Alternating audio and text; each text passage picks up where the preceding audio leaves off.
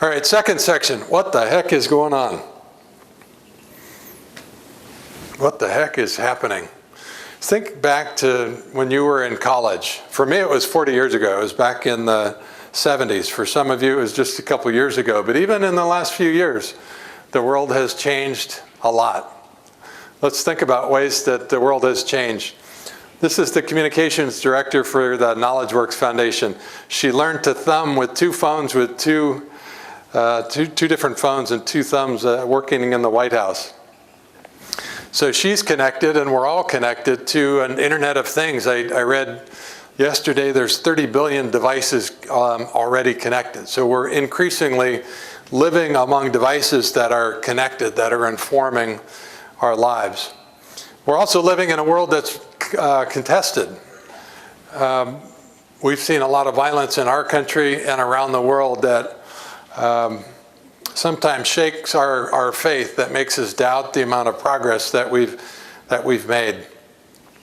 We also live in a period where the media that we receive is often filtered in a way that suits our mental model. And so I receive media that's different than yours because I choose to channel my information in a way that aligns with my beliefs. That's made our politics more polarized than ever. We live in a world that's increasingly complex, and many of you have a science background and you recognize this, but we have built very complicated human systems that are interacting in ways that we did not predict. So the engineers that built Fukushima may have predicted an earthquake, but they didn't predict an earthquake and a tsunami.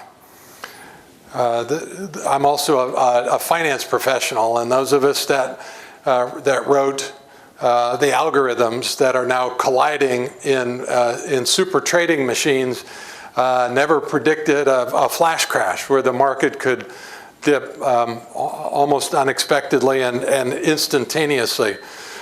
David Dunn was talking about the plunge in oil prices from the middle of 2014 to the end of 2015. Oil dropped 75%.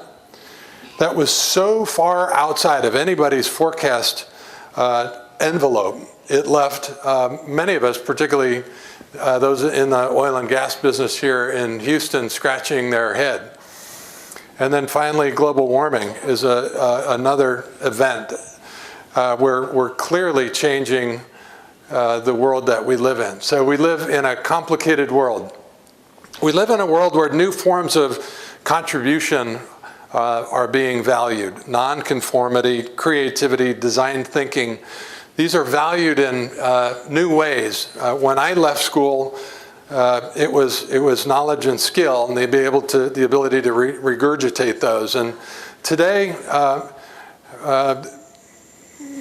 Google's much better at regurgitating information than I am. What's valued is the ability to be creative, to attack real problems.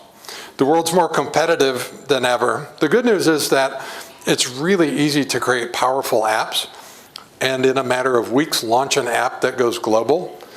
But it's also really easy for kids in Bangalore to do the same thing. And so while it's never been easier to form a business, to create an impact, it's also much, much more competitive. This company was formed with great fanfare and it doesn't exist anymore. So to recap, contested, complex, competitive, and a world where we value different forms of contribution. I want to highlight a few schools that I think are doing a really good job addressing that. There are schools that are helping kids communicate. I love Palo Alto High School, where kids, most of the students participate in a great journalism program. So they're developing public products, teaching kids to communicate critically. At many of your schools, you engage in collaborative, team-based, project-based learning.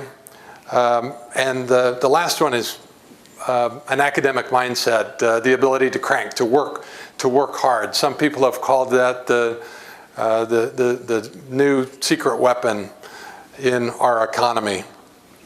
So that's a traditional formulation, the Partnership for 21st Century Skills used those C's now for 15 years. But the events of the last few weeks are making me scratch my head going, that seemed like we had a pretty good understanding of what was happening, and now I'm not so sure. I watched the Republican convention and the week before the UK vote to exit the EU, and so just in this year, where I thought coming into this year that our world was divided left and right, I now see a different set of polls. Polls are now inside and outside. People that believe they're part of a global economy and people that feel left behind by the global economy. There's actually a lot more in common between Trump and Sanders voters than there are between the parties. So we live in this interesting new world. Janet Yellen is there because we now, in a number of countries in Europe, have negative interest rates, something that as a finance guy, I couldn't have even imagined 2 years ago, right? So for all these reasons, it strikes me that we're living in a very different place. And so I want to quickly cover 4 trends. These are things that I think you ought to be talking with your kids about. I think each of these are really good subjects for projects. The first one is artificial intelligence. So we're living in an age of exponential technology. Here's the problem. We have a linear brain. And so when we think about the future, we think about that red line. So we think back 10 years, and then we assume that there'll be about as much change in the next 10 years as there were in the last 10 years. The problem is that we're on an exponential curve, not a linear curve. So the world is changing much, much more quickly than we anticipate. And so our forecast really needs to be on that green line, not that red line. So my question is, are you talking to your kids about exponential technology and what it means? The most profound of those exponential technologies, I think, is artificial intelligence and machine learning. This is changing every form of human endeavor. The interesting thing that's happened in the last 3 years is that while higher education is still very siloed, with departments that don't talk to each other, they're all talking to the machine learning scientist. Because if you're doing research in any subject, from political science to genetics to engineering, you're running machine learning algorithms against giant data sets. So everybody on campus is talking to the AI professionals. The interesting thing is that when surveyed, there's a big distribution about how rapidly this is going to happen, but the majority of computer scientists believe that we're going to have, that will go from narrow AI, where a machine-taught algorithm can beat the best Go player in the world, which happened a few weeks ago, to broad AI, where it's as smart as we are across many different dimensions. Many people think that'll happen in the 2030s when my granddaughter's in high school. Do I get a cheap round of applause for a very cute kid? So, but think about this for your elementary educators, that in 15 years or less, the profound number of questions that we'll have to deal with when machines are smarter than we are. And the question that we need to help our young people answer is that going to be good or bad? And what are we going to do about it? So who are the people that are going to be answering these questions? It's the people that are in your schools today. She is pretty cute. Here's another mega trend that you ought to be talking to your kids about. So now the majority of the world's 7.3, 7.4 billion people live in megacities. Most of them in 50 megacities. Interestingly, half of those cities are clustered around plate boundaries. Not fully appreciated. I'm a geologist by original training, so just think about half the world clustering in megacities and most of those cities around plate boundaries. So while we've had a candidate like Donald Trump arguing that we need a wall, I'm in El Paso all the time, and I don't know about you, but there is a wall. I'm not sure what else he wants, but he's arguing for erecting barriers when exactly the opposite should be happening. We're at a point in history where we should be connecting our great cities and our great civilizations with pipelines and with communication connections and with immigration facilities. So we ought to be connecting with each other. And it's these great cities and the commerce and connection between these great cities that's actually going to be much more important to the future than the artificial national boundaries that separate us. So megacities are a super important factor. When I started writing the book, Smart Cities, it was about learning ecosystems, but because I posted to the hashtag Smart Cities, I got to know this whole universe of scientists that are studying smart cities and how we can create cities that are more livable, more workable, more sustainable. So these, I think, are terrific questions to invite young people into. How do we make cities work for everybody? The third category you ought to be talking to your kids about is augmentation.